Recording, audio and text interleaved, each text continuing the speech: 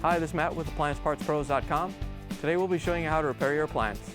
Remember, anytime you work on an appliance, make sure it's unplugged or the circuit breakers are off so there's no chance of electrocution. Also make sure you turn off the dishwasher's water supply underneath the sink. In this video we're going to show you how to change out the Frigidaire dishwasher circulation motor. It's going to be a very easy repair and it's only take a few minutes to show you how to do it. If you already have one of these, great. If not, you can click on the link below or get it at AppliancePartsPros.com. When you open up the package, you're going to get the new circulation motor. The circulation motor circulates the water through the dishwasher. The main reason you'd be changing it out is if the impeller or the motor has failed and the water's not circulating, or it's damaged and making noise, or the body is cracked and you're getting water leaking on the floor. In order to change this part, we have to pull the dishwasher out, so we're going to go underneath the sink and disconnect the lines. Now that we're underneath the cabinets, you want to make sure that the dishwasher is still unplugged, and you may want to throw a towel down. When we take off the fill line and the drain hose, there's going to be some water that comes out. First, we're going to disconnect the fill line. It's connected right here to the hot water valve. You want to make sure the water valve is off, and then we're going to use our 5/8" wrench to loosen up the hose.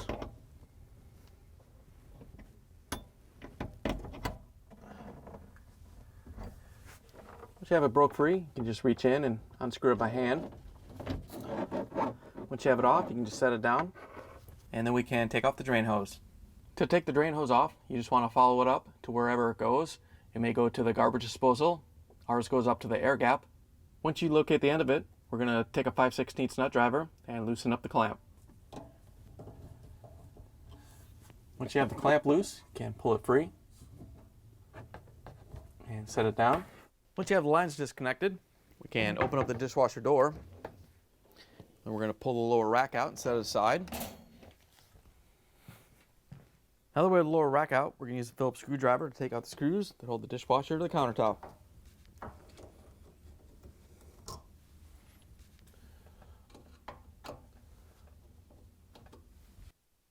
Once you have the screws out, we're going to lift up on the door and use it to pull the dishwasher out carefully. Once you have it out far enough, we're going to grab the frame and pull it out the rest of the way.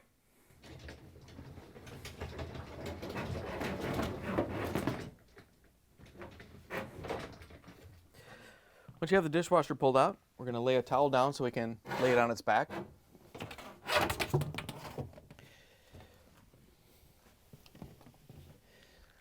Once you have the towel down, we can carefully set it down.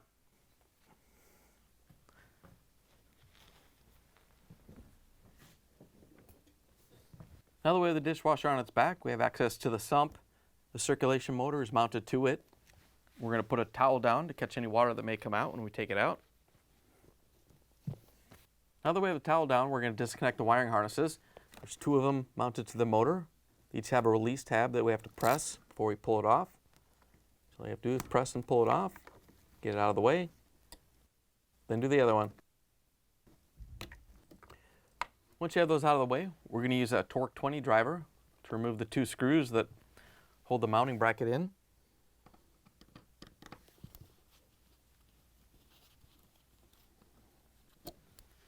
Once you have those out, we can pull the bracket out. Sometimes it'll just pull right out, but if it's stuck, you may have to get behind it with a small flathead screwdriver and help pop it off. Once you have it off, you can set it aside. With the bracket off, you just have to pull the motor off to the side. The O-rings are in there. It might be a little bit tight, so you may have to wiggle it.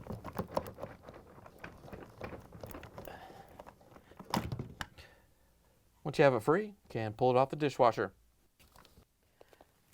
The new circulation motor doesn't come with the new O-rings, so we're going to have to take these off and put them onto the new motor.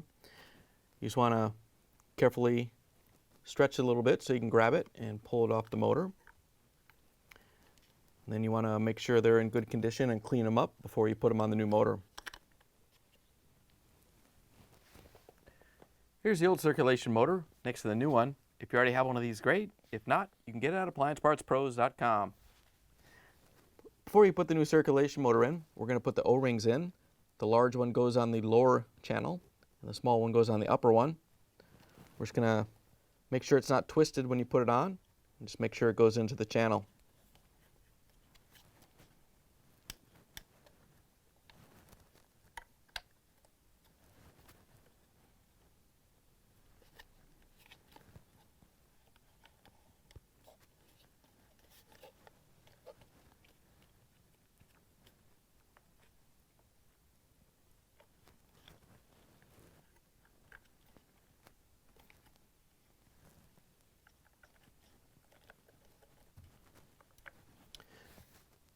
Once you have the O-rings on, we can put the new circulation motor in.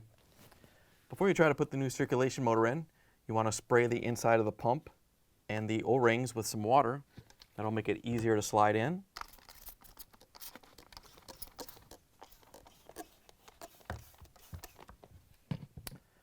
Once you have them nice and wet, you can line up the circulation motor.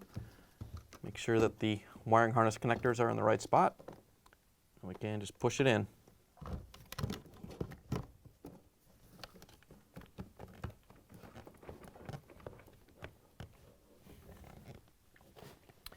Once you have it seated, you can put the bracket in. You just have to line the bracket up with the grooves in the circulation motor. Slide it into place, making sure it goes up into the sump.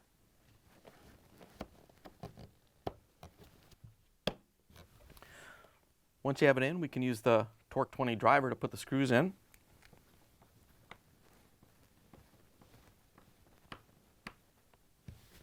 Now we can reconnect the two wiring harnesses. All you have to do is line them up and plug them in and make sure that the locking tab locks in.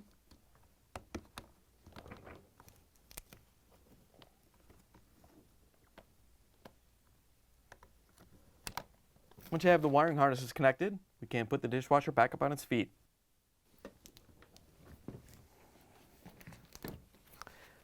Once you have the dishwasher back up on its feet, you can pull the towel out, and then we can reinstall the dishwasher. Now we have to reach underneath and put the lines through the cabinets. We want to push the dishwasher in about halfway. Then we can go underneath the sink and pull on the lines to make sure they're not caught on anything. Then we can push the dishwasher in the rest of the way. Now we can reconnect the drain hose to the air gap. Once you have it pushed up into place, we're going to use our 5/16 inch nut driver to tighten down the clamp. Once you have the drain line hooked up, we can hook up the water line. All you have to do is get it started by hand.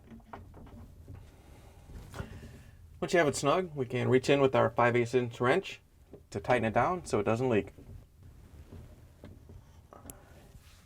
Now that we have the lines reconnected, you can open up the dishwasher door and use the Phillips screwdriver to put in the screws that hold it to the countertop.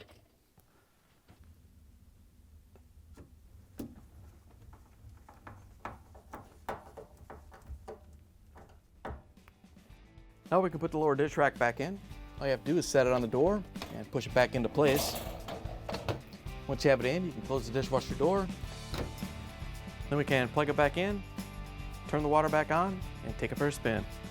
Thanks for joining us for another successful repair brought to you by AppliancePartsPros.com. Check out our other repair videos on our site, Facebook, and YouTube.